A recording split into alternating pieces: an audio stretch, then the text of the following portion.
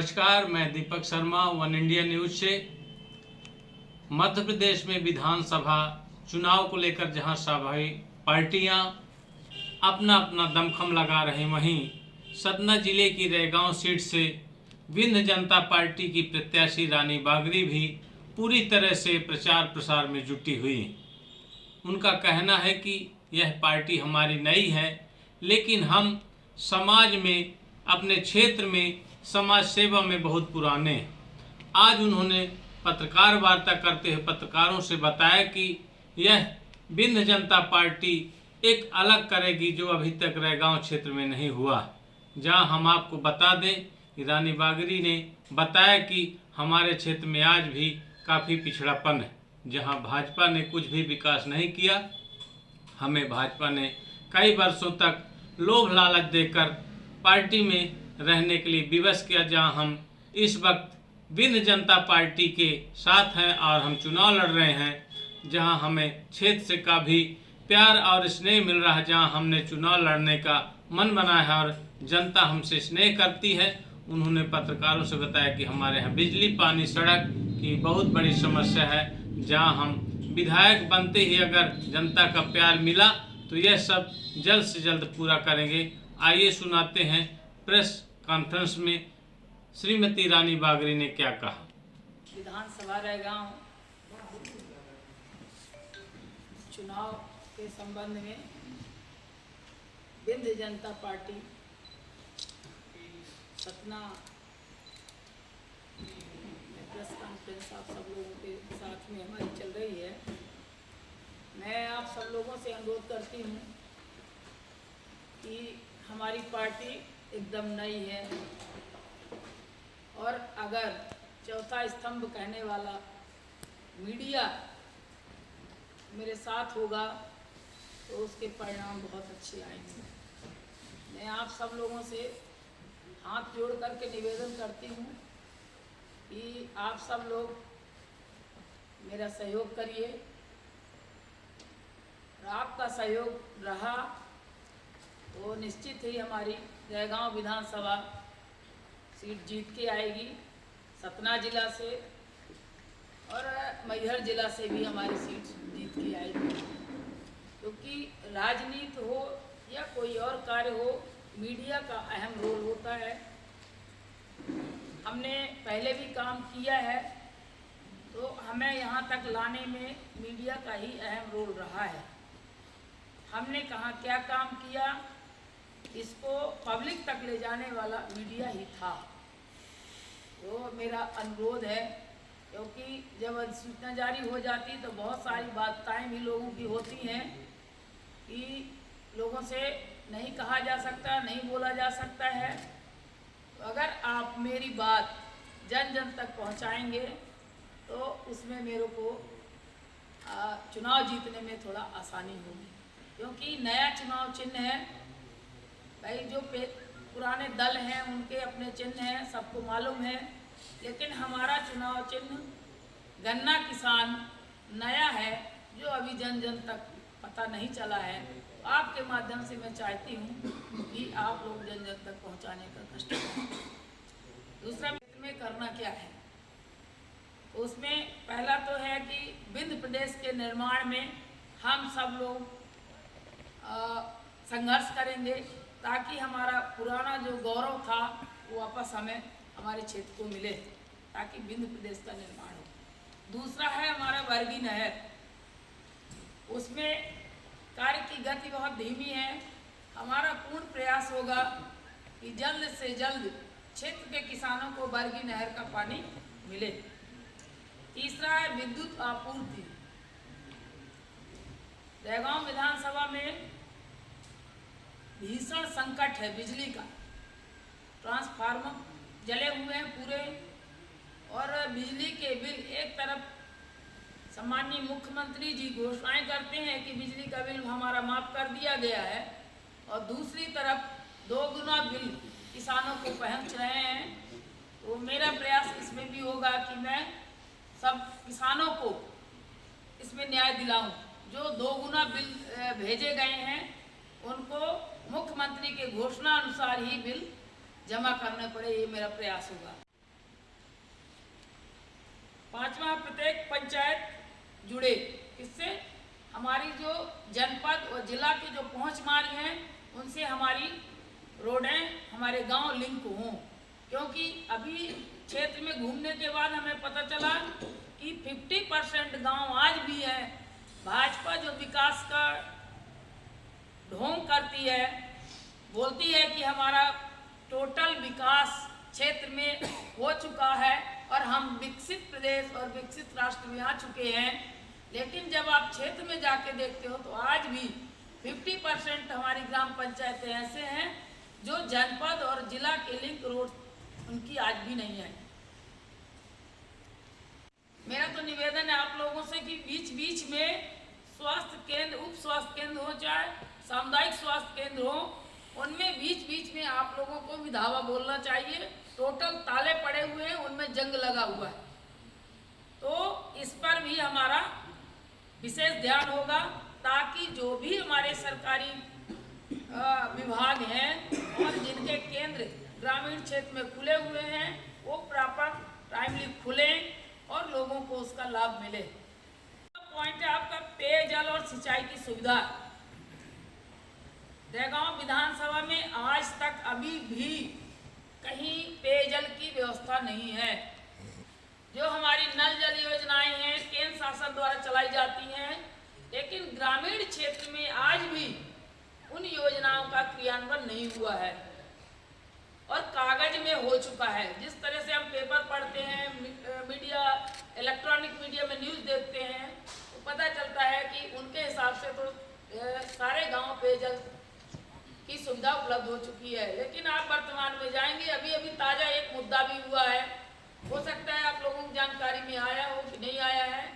नया गांव पंचायत है, डाड़ी पाथर गांव है, उसमें जो है 30 आदिवासी नदी का पानी पी करके बीमार हो गए और फिर उन लोग भर्ती थे, जबकि पुराना हैंडपंप वहाँ पड़ा हुआ था, खराब था, तो अभी तक शासन द्वारा नहीं बनाया गया था।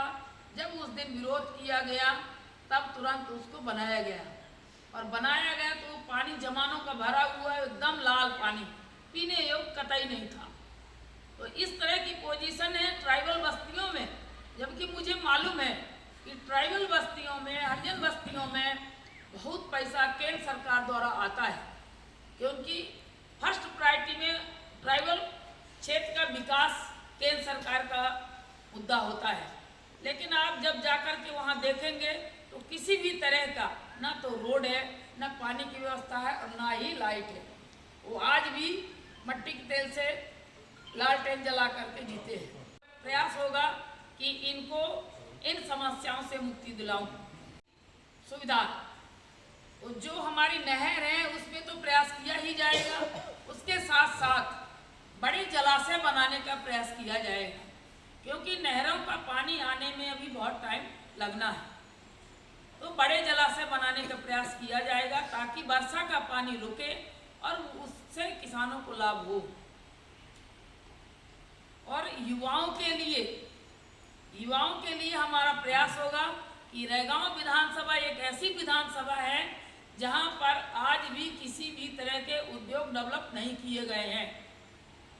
केवल सतना जिले में रैगांव विधानसभा ऐसी है जहां किसी तरह का कोई उद्योग नहीं है कि उस क्षेत्र के लोगों को रोजगार मिल सके। तो मेरा प्रयास ये होगा कि यहाँ पर कोई उद्योग लगाया जाए, वो किसी भी तरह का उद्योग हो सकता है, चाहे वो लाइमस्टोन का हो, चाहे वो आपके बांस के जो सोफे बनाए जाते हैं, डलियाँ बनाई जाती हैं, इस तरह के उपलब्धता के अनुसार उद्योग डेवलप किए जाएंगे। 10वां मुद्दा हमारा शिक्षा का है। शिक्षा में उसकी क्वालिटी का सुधार हो। जो हमारे विद्यालय हैं उनमें बहुत सारे ऐसे भी विद्यालय हैं जहां टीचर 3 हैं तो बच्चे 1 हैं, और हमारे हायर एजुकेशन की व्यवस्था कतई नहीं है। रैगांव विधानसभा में कॉलेज अभी उपचुनाव में माननीय मुख्यमंत्री जी द्वारा घोषणा की गई थी और कागज में चालू भी हो गया है, लेकिन फील्ड में किसी भी तरह की कोई व्यवस्था नहीं है। तो मेरा प्रयास होगा कि मेरे क्षेत्र में कॉलेज खुले और नई तकनीक के साथ खुले, जो आज बच्चों की आवश्यकता है। क्योंकि पुराने कॉलेज जो सतना में है, नागौद में है, ये पुरानी पद्धति से आज भी चल रहे हैं। तो मेरा प्रयास होगा कि नई तकनीक जो आज बच्चों की ज़रूरत बन गई है, उसके हिसाब से हमारे क्षेत्र में आईटी सेक्टर को प्राथमिकता देते हुए कॉलेज खोले जाए। मेरे क्षेत्र में एक सबसे बड़ी जो समस्या है कि वहाँ के लोगों को अभी तक 3 माह से खाद्यान्न नहीं दिया गया। ये आप लोगों को अभी चुनाव चल रहे हैं, 3 महीने से खाद्यान्न नहीं दिया गया है। और लोगों के द्वारा जो कर्मचारी हैं उनके द्वारा ये कह दिया जाता है कि अभी सर्वर डाउन है। 4 महीने से वृद्धा पेंशनें नहीं दी गई हैं और वृद्धा पेंशन को बंद करके लाडली बहनों को पैसा दिया गया है। तो एक तरफ हमारे बुजुर्ग जिनका एक आधार ही था वृद्धा पेंशन, उसको बंद करके इस सरकार ने और लाडली बहनों को 1000 का लाभ तो दे दिया, लेकिन वो बूढ़ा बुढ़िया आज ही बेचारे रोते हैं। जाते हैं तो एक ही बात बोलते हैं कि दीदी आप हमारी पेंशन दिलवा दीजिए, जितना वोट होगा हम आपको दिलवाएंगे। ये पोजीशन क्षेत्र में बनी हुई है। मेरे आप लोगों के माध्यम से मैं निवेदन करना चाहूँगी कि इसको जो है हाईलाइट करें, क्योंकि ये जनहित के मुद्दे हैं, कोई व्यक्तिगत मुद्दा ये नहीं है, जनहित के मुद्दे हैं, बुजुर्ग हैं, हमारे लिए भी सम्माननीय है, आपके लिए भी सम्माननीय है। तो इस पर थोड़ा सा फोकस करने की आवश्यकता है। तो एरर प्रथा चालू है, इसमें कंट्रोल करने की आवश्यकता है, क्योंकि हमारे किसानों ने 50% जमीनें आज भी पड़ी हैं, नहीं बो रहे हैं, क्योंकि मवेशियों में कोई कंट्रोल नहीं है। सरकारें जो है घोषणाएं तो करती हैं कि हम गौशाला खोल रहे हैं, खोलेंगे, लेकिन क्षेत्र में जाकर को देखो तो 2-3 गौशाला के अलावा किसी भी तरह की कोई गौशाला नहीं है। तो मेरा प्रयास ये होगा कि अगर मुझे देगांव विधानसभा की जनता मौका देती है तो मैं इस पर भी काम करूंगी कि गौ अभ्यारण्य बनाए जाए। गौशाला अगर आप नहीं बना रहे हो तो मत बनाओ, लेकिन गौ अभ्यारण्य बनाएं और गौओं को वहीं पर जाकर के छोड़ दिया जाए। हमारे एरर प्रथा नहीं थी तो गौएं पहाड़ में ही जाते थे, जो भी मवेशी होते थे पहाड़ में चरते थे, शाम को वापस आ जाते थे। जो गौशालों में उनके खाने की व्यवस्था प्रॉपर नहीं हो सकती है, इसलिए गौ अभ्यारण्य होगा तो उनको खाने पीने की व्यवस्था होगी और किसान को भी इससे मुक्ति मिलेगी कि हमारी फसलों का नुकसान हो रहा है। हमारे रवि मिश्रा जी का दुखद निधन हो गया है, उसमें आप सब लोगों से मैं अनुरोध करती हूँ कि उनको शोक संवेदना व्यक्त करते हुए 2 मिनट का मौन रखा जाए। उनकी ये भारतीय जनता पार्टी सतना जिला में प्राइवेट लिमिटेड है, गणेश सिंह के नाम पे, तो वो चला रहे हैं। तो जरूरी नहीं कि उनकी विचारधारा से सब कोई सहमत हो, सबकी अपनी अपनी विचारधारा है।